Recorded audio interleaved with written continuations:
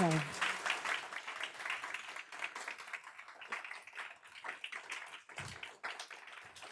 Great. Please sit.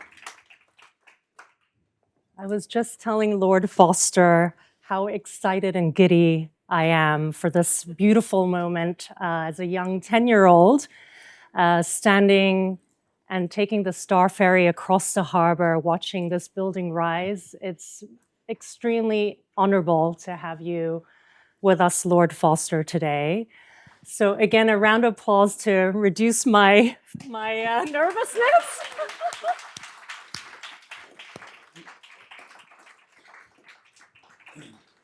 So to the Honorable Lord Norman Foster, welcome back to Hong Kong and in Central on this special occasion of the 40th anniversary of the HSBC fourth generation building since HSBC founded in 1865.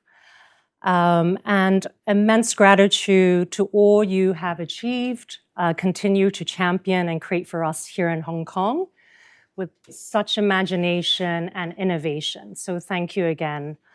It's an immense honor for all of us here in Hong Kong to have this opportunity to be seated, to stand with you. And Design Trusts are very incredible, dynamic, young, energetic, registered charity founded in 2007 as Hong Kong Ambassador Design. More active, I would say, in the last 12 years is the sincere mission to nurture, provide support to early career designers, grantees, architects, scholars, and fellows to study the built environment. From graphics, such as you see the amazing Dr. Henry Steiner. Also, a round of applause for your wonderful individual present. We've also been building lots of festivals in Hong Kong, free to the public and the community, like Inter Island, Open House Hong Kong, making archives relevant. You know, when Mrs. Penelope Seidler, also seated here with us, flying from Sydney, a dear friend of yours, present.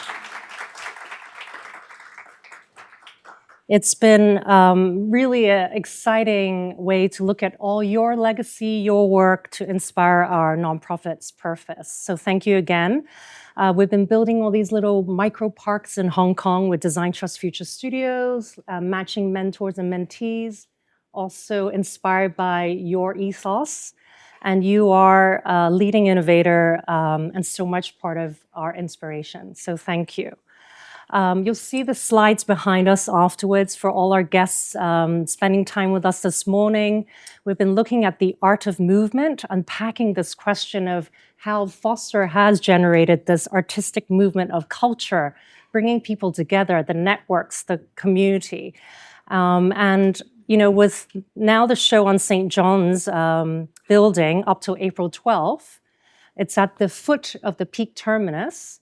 And we have been examining 1970s, 80s central architecture and looking at how important philanthropists, patrons, architects like yourself and commissioners articulated that 1979 competition document you had to elevate the purpose of this bank, the commitment to Hong Kong's future, and also the sheer commitment of everyone and the confidence to celebrate Hong Kong not only as a city of an engine of generosity like yourself, but an architecture innovation. So without your remarkable mark, I don't know if we could speak with such generosity and philosophy, but to create this beautiful event would not be able to be possible without HSBC. So Mr. Chuck Sum, thank you so much for all your support. Ms. Anna Tua, head of brand, and also all her colleagues, and especially Mr. David Liao, the co-chief executive of Asia Middle East, for their support. So with a lot of individuals here to thank, my board members present, JC Camps and Denise, there's also trustees present with us, Joanne Chow, Angelina. There's many here today that support the foundation.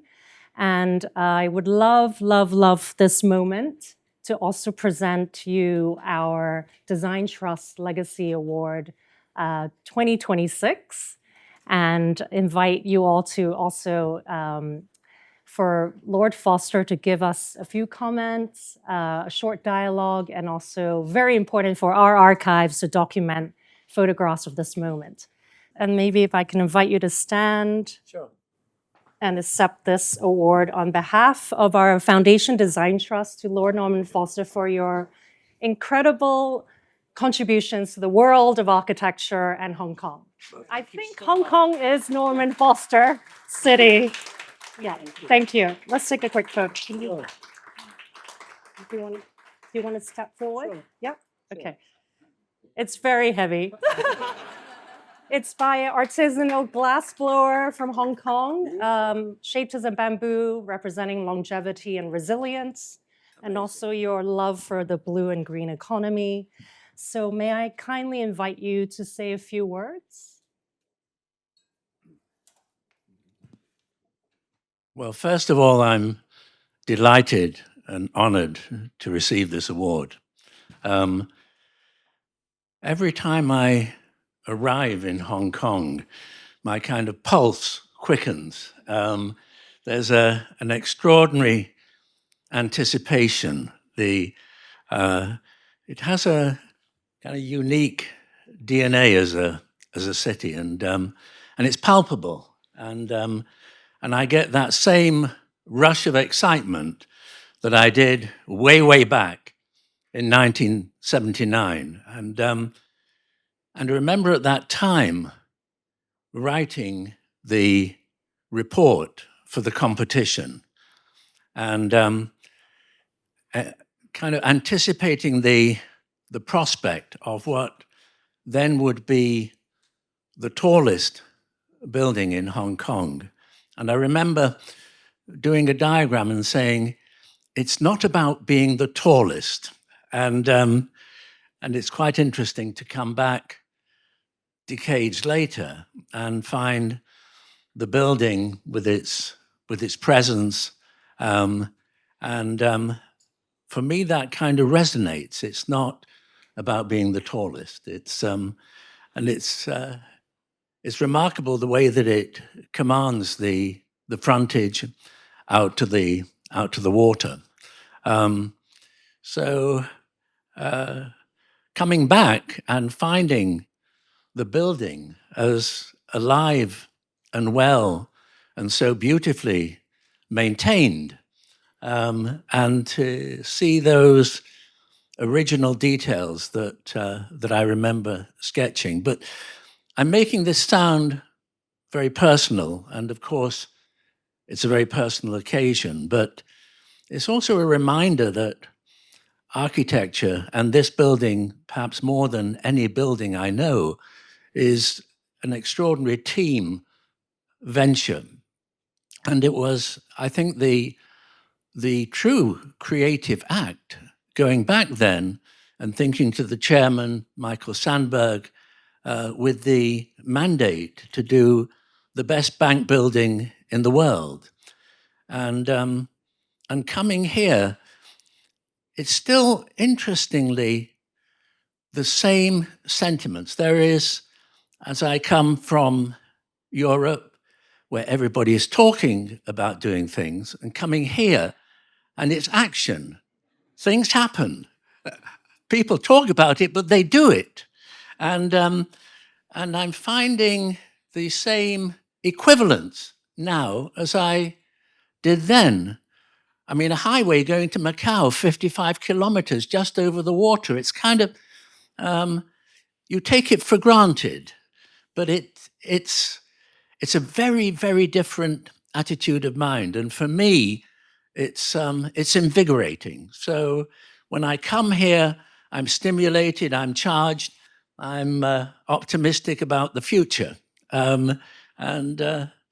So I could go on at length, but I would come back to the architecture and this building as a team activity. I was just going through a list from the practice, and I just counted, and there were 100 names, but for every one of those 100 names, and some of them are here, David Nelson, others familiar faces, that extraordinary team. And at that time, there wasn't here in Hong Kong the same manufacturing capability, which we now perhaps wonderfully take for granted. At that time, everything was packaged, prefabricated, shipped in, which explains the remarkably fast construction time for this building, which even by today's standards is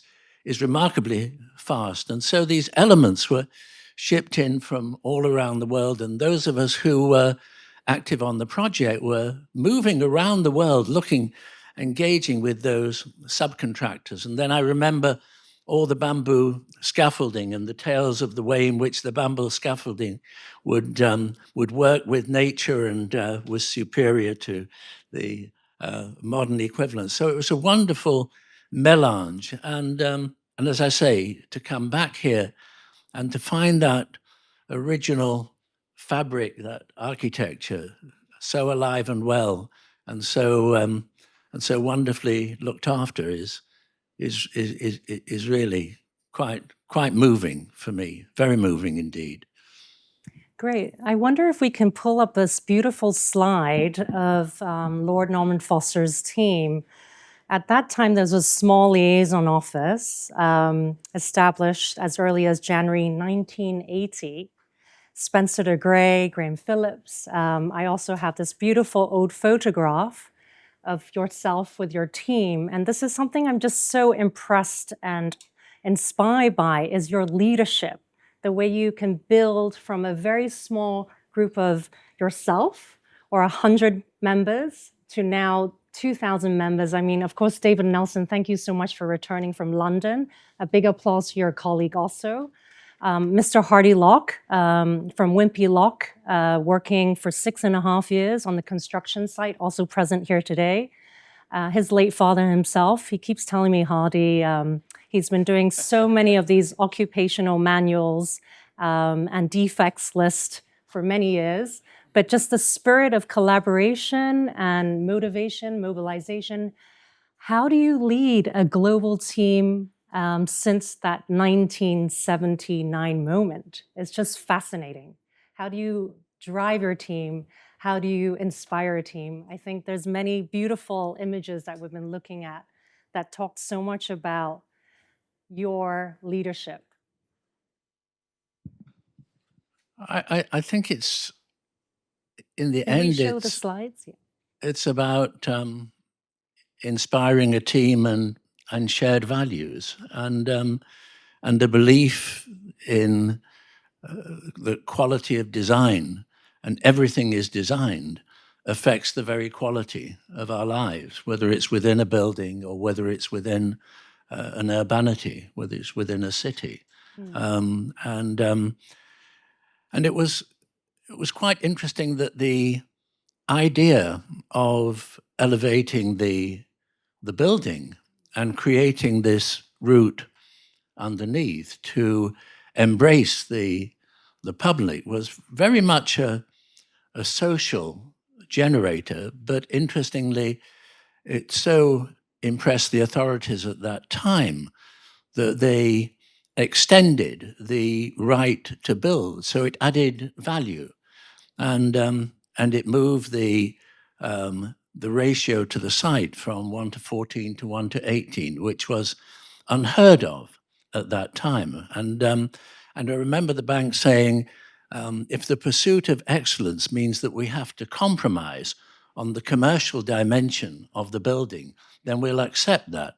And I think everybody was pleasantly surprised that it was the reverse, that actually the social dimension merited an increase in the value of the site.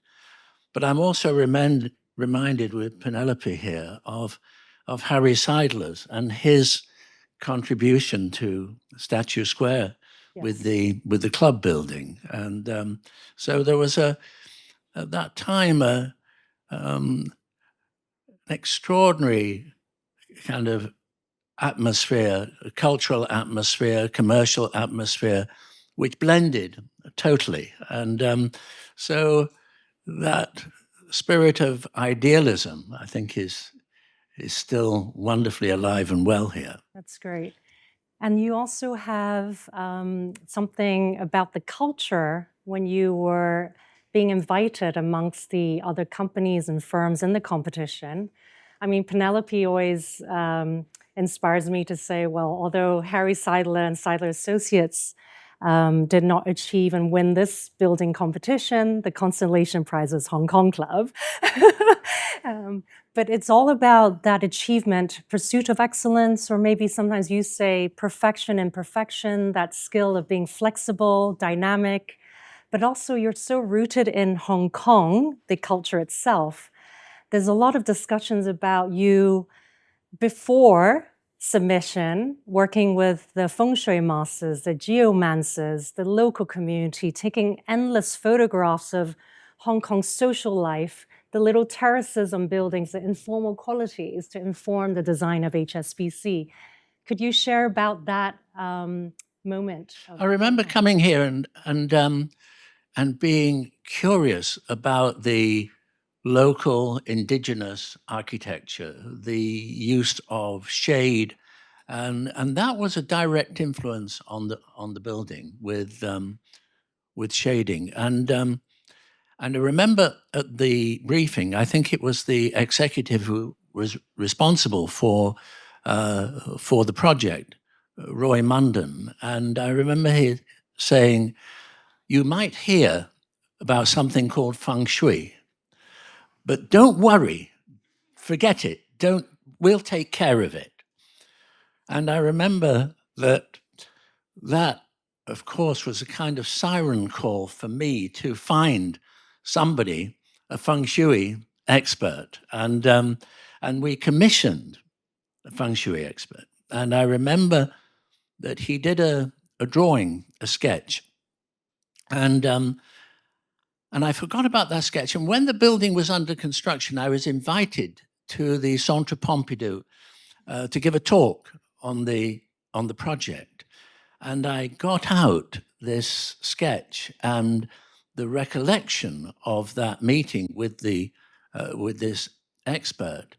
And to my utter surprise, the design, the escalators all followed that early sketch. And it was like a discovery, whether it was subliminal or whatever. And then I remember that getting to Hong Kong at that time was quite a big deal. I mean, it was the aircraft had to stop en route for fuel. So it was, when you came here, like all of the shortlisted competitors, because we all came for a briefing. And like everybody else, we'd planned to explore the region.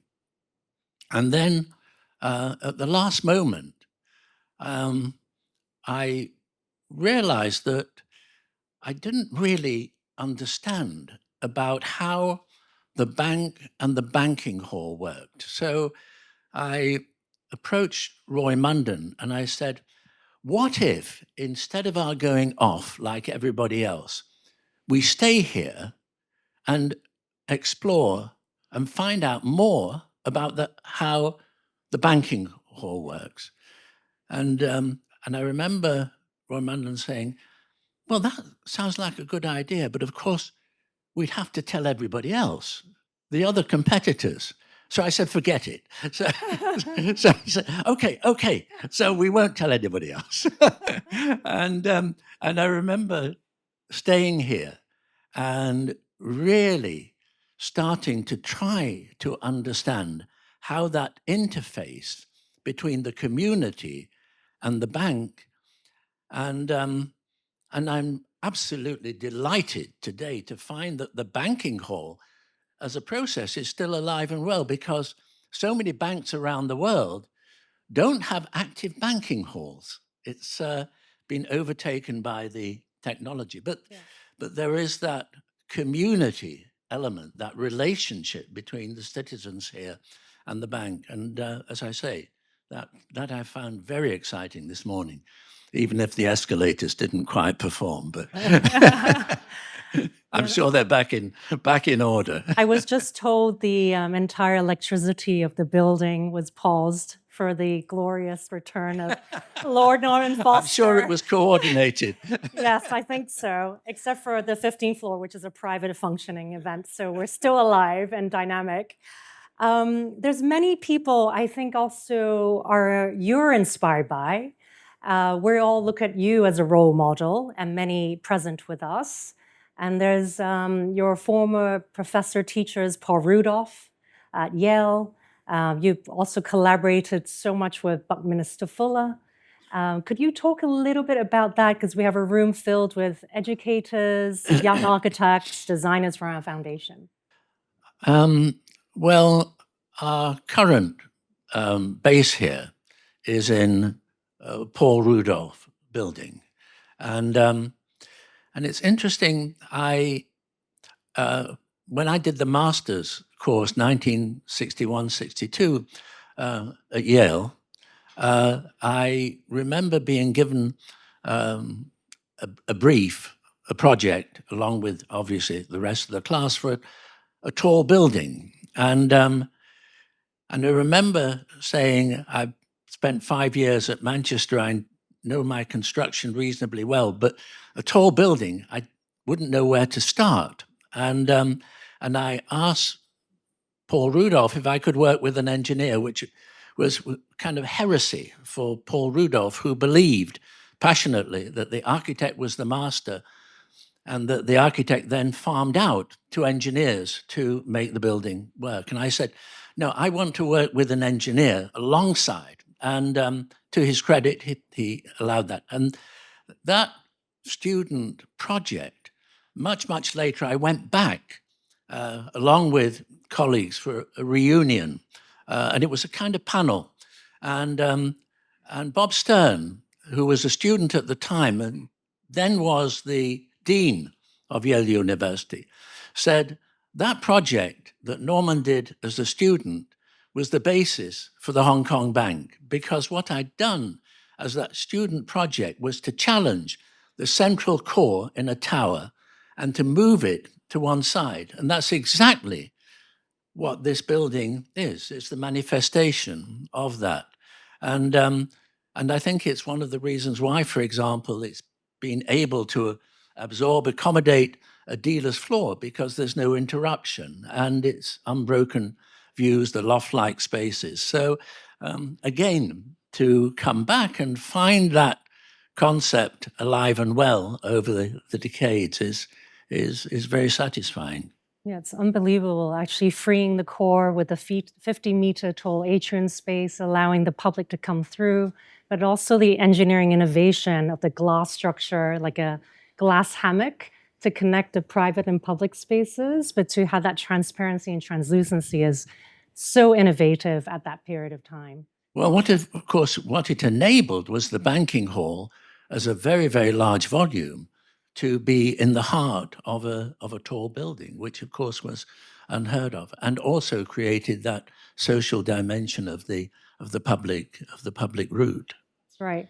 There's a beautiful section you might see behind in the slideshow that shows the incredible investment, both research-wise, culture-wise, to connect the seawater to the harborfront.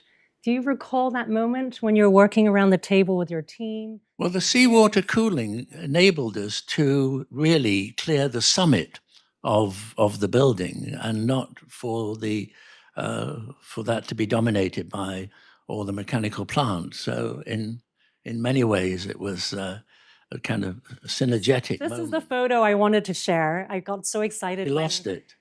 Katie Harris, your colleague, said, yes, let's show this beautiful photo of Lord Foster with his team.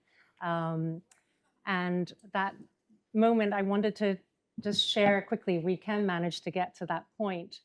Right now, you have built in your portfolio over 470 projects, of which now there's 90 projects globally.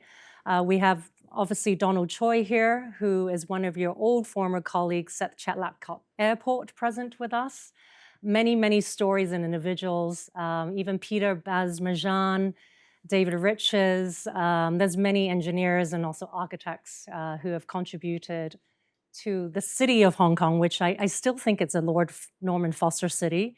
But we also have Rocco Yim present, another really amazing, famous Hong Kong architect, and individuals, younger generation, Bryant Liu here present, Ronald Liu, archivists, academics, Cole Roscom and Eric here, also from the University of Hong Kong. We're all really interested in hearing from you. I think Last there's words.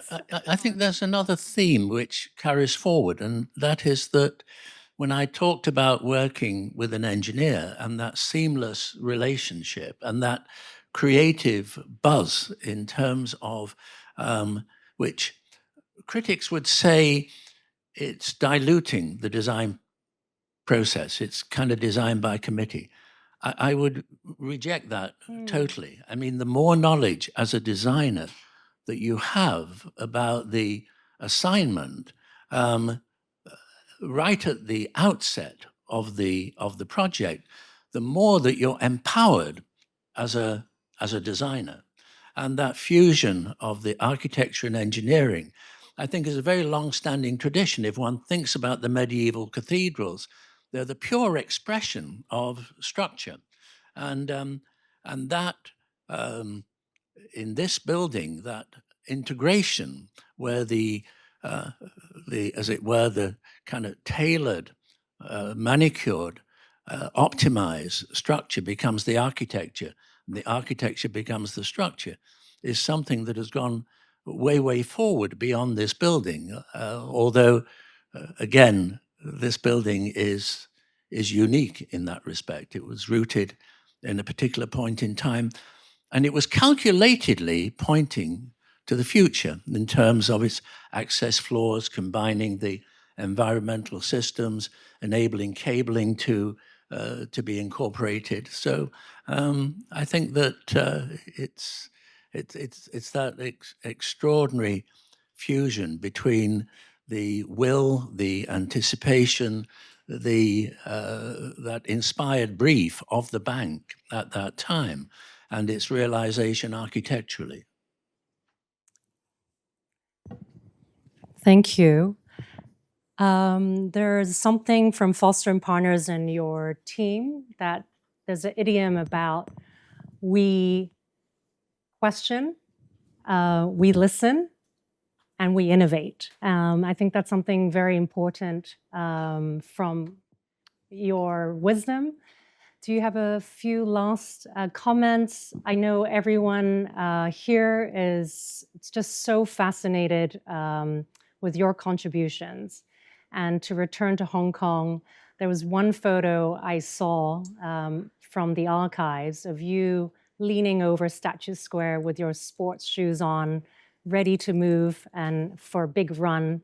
I know you love flying airplanes. There's something about speed, dynamic qualities of being an architect, but your 1,297 sketchbooks.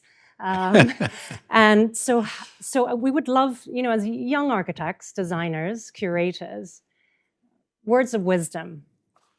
I realized, I think, at the time of starting this project, and I realized that the long haul flight out to here and then immediately having to perform, to present, and then going back, having to then present to the team and share, and that bridge between the team that was here, the team in London. And I realized that if I was going to survive this project, I would have to change my lifestyle. And I remember taking up something I'd never done in my life before, but that was jogging, running, and I would change on the aircraft arriving here. And on arrival, I would run along Bowen Road. And it was my kind of therapy for arriving. And then at that time, I ended up doing the first London Marathon, something I'd never, ever. So in many ways, the project was a change in lifestyle. It was physically very demanding. And going to couples in the States, Mitsubishi in Japan for the packaged bathrooms. Incidentally, and to do what was done then, in terms of taking all those bathroom elements, pods, as containers, sealed in Japan, shipping them here, that was as revolutionary then as it would be now in terms of industrialized building. And so there's many themes that weave together in this project. Great. Thank you for inspiring us. I believe you're a man of great reputation. It's a real honor for our foundation and HSBC to co-host you back in Hong Kong. We wouldn't also be able to do this event without the wonderful Mr. Chuck Sum and his team. So before I invite you up to the stage to take a photograph, and as we want to enter into your Foster Foundation archives in Madrid, maybe just one more note, because our next two panels, the speakers will share about not only just innovation and future of cities, but the role of archives. I know you have worked very hard since 2015 and 17 to build your foundation as a resource for the public. Could you just share just one final sharing on this amazing archive and institute that you've built and why? Well, it's a foundation, it's an archive, it's a resource center, it's an educational center. It's grown also into an offshoot, which is the Institute for Sustainable Cities. So it's currently running master's courses, one-year master, and uniquely combining the two worlds of academia. So the foundation has built up a network probably of 150 world experts on every issue of urbanity. And the master's course combines 3 pilot cities working within a community, but also having access, dividing time in the world of academia. So typically 25 students from all over the world will share that experience. And the idea is really to prepare the civic leaders of the future, because cities are the future. They're the key to climate change. So using the most up-to-date digital tools, being able to model the possible interventions in a city, what happens if you change the ratio of the greenery, of the pedestrian, of the vehicle, to be able to explore that. And already we have graduates who are mayors and who are leading major conservation initiatives in their country, one in Chile, for example. So that, I think, is one spin-off from practice in terms of investing younger generations in the future.